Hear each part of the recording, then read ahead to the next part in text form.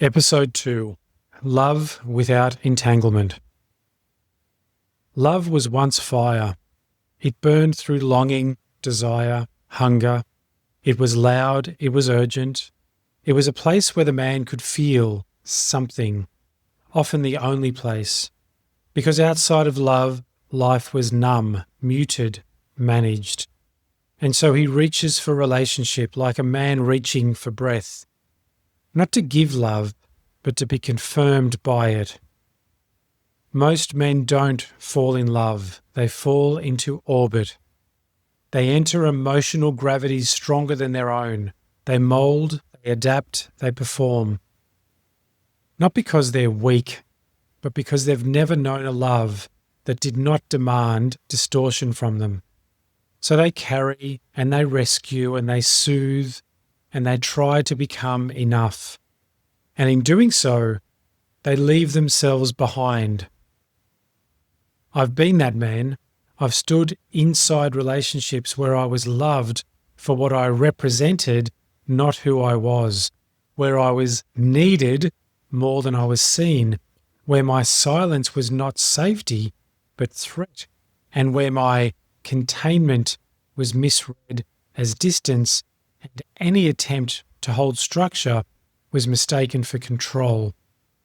There is a kind of love that feeds on access. It wants your voice, your softness, your emotional oxygen. It wants the parts of you you no longer offer the world, because in that sacred sharing it feels safe. But if it can't hold your structure, it will eventually fight you. Not openly, but subtly, through projection, through withdrawal, through unmet needs that you never agreed to hold. And this is how entanglement begins. And entanglement is not always chaos. Sometimes it's the softness that won't let go, the shared language of trauma that feels like intimacy, the mutual therapy that looks like depth. They call that a trauma bond. It feels sacred, it sounds mythic, but it's survival. It is two incomplete fields trying to regulate without coherence, and it doesn't work, not in the long run, because if one of you grows, the other begins to collapse. This is why love must be built from structure, not story. The coherent man does not offer love as identity, as proof, or as a rescue. He offers presence, he offers containment, he offers frequency. He does not reach for love to complete him. He brings completion to the space between. This love is not reactive. It does not spike. It does not spiral. It doesn't need repair every few days.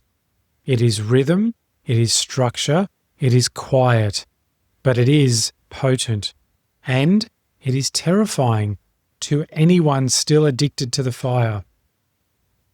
Because when a man stands still, when he no longer moves to win you or to fix you or to soften for you, you meet yourself.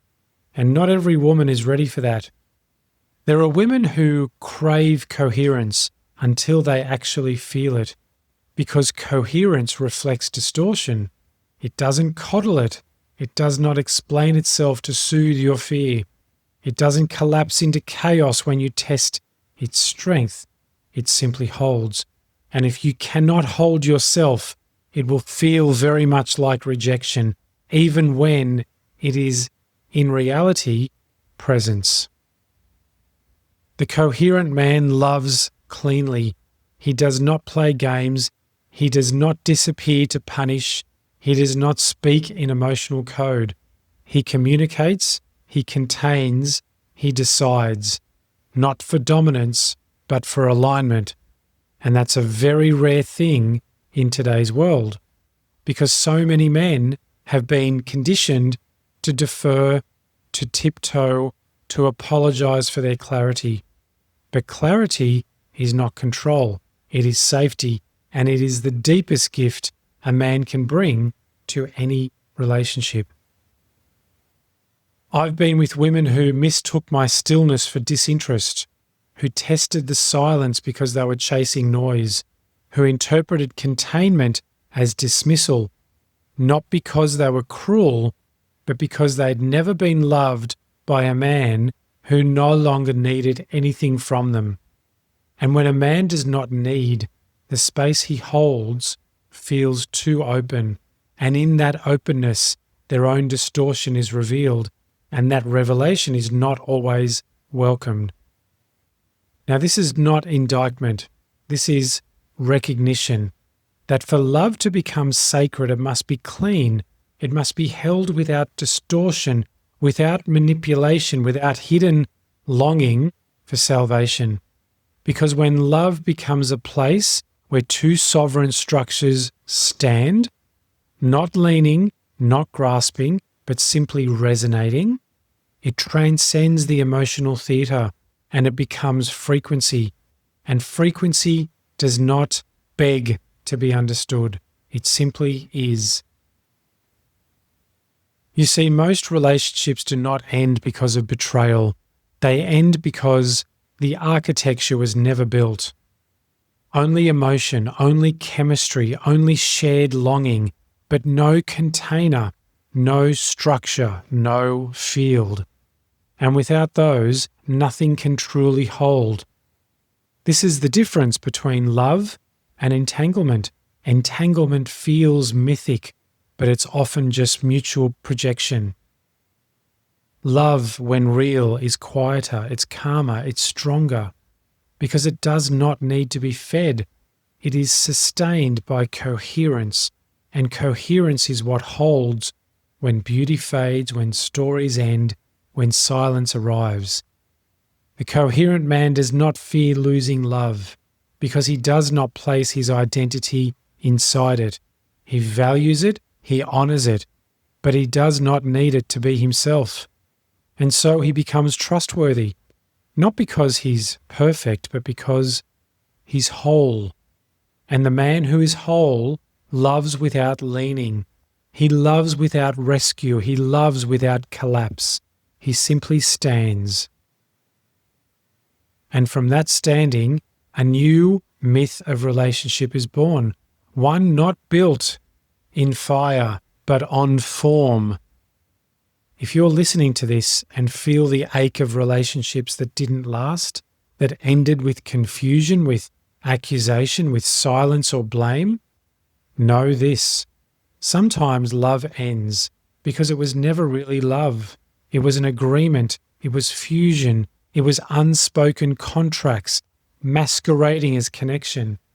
And when you become coherent, you break those contracts by finally standing in truth. That doesn't mean betrayal.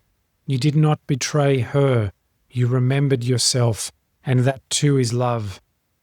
And so what now?